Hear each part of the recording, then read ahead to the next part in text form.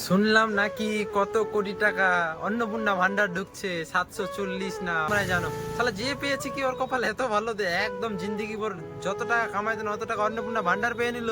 একটা হিন্দিতে কথা আছে आदमी जो होता है ना वो वो आदत से गरीब होता है वो पैसा से अमीर शायद हो जाए लेकिन आदत से साला हर टाइम गरीब रहता है। পেলে তো পেলো আমাদের বাড়ির পাশেই পেয়ে নিল বিধাননগরের মতন অঞ্চলে। ভাই আরো কাকে? গরিব লোককে দিয়েছে। তার কি সরকারের দেওয়ার ইচ্ছা ছিল সে গরিব লোকটাকে টাকা? হ্যাঁ, আমার যতটা মন বলে সরকারের ইচ্ছা ছিল যে গরিব পাক এই সমস্ত টাকাগুলো, ওরা উন্নয়ন করুক। তোমরা যে গরিব ভাবছো, গরিবেরা খাইতে পারে না, গরিবেরা পড়তে পারে না, গরিবেরা অর্থনীতি ডেভেলপমেন্ট করতে পারে না, গরিবেরা চলতে পারে না, ভাই গরিব ওরাকে বলে না।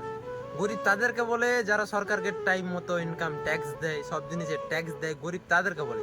আসলে গরিব আমাদের এখানে মানুষ বলতে গেলে গরিব না, যারা খাইতে পারে না, পড়তে পারে না, ওরা গরিব না, ওরা আদত সে গরিব है। वो लोग सच में गरीब नहीं है, वो लोग आदत से गरीब है।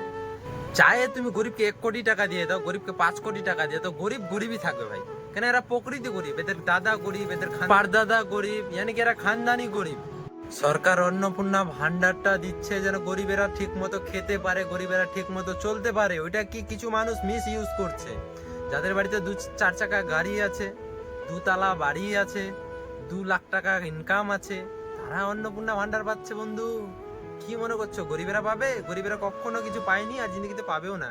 গরিবের অধিকার অতটাই বাড়ি থেকে কবরস্থান অব্দি, তাছাড়া ওদের অধিকার আর দেশে নাই। সে মানুষকে ন্যায় জিনিসটা বুঝে দিতে শিখো, আল্লাহ দেখছে। মানুষকে ন্যায় বুঝে দিতে শিখো, ন্যায় নিতে শিখো না।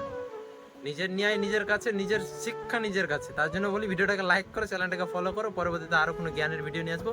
Thanks for watching this video and thank you. Jai Hind, Vande Mataram, আসসালামু আলাইকুম।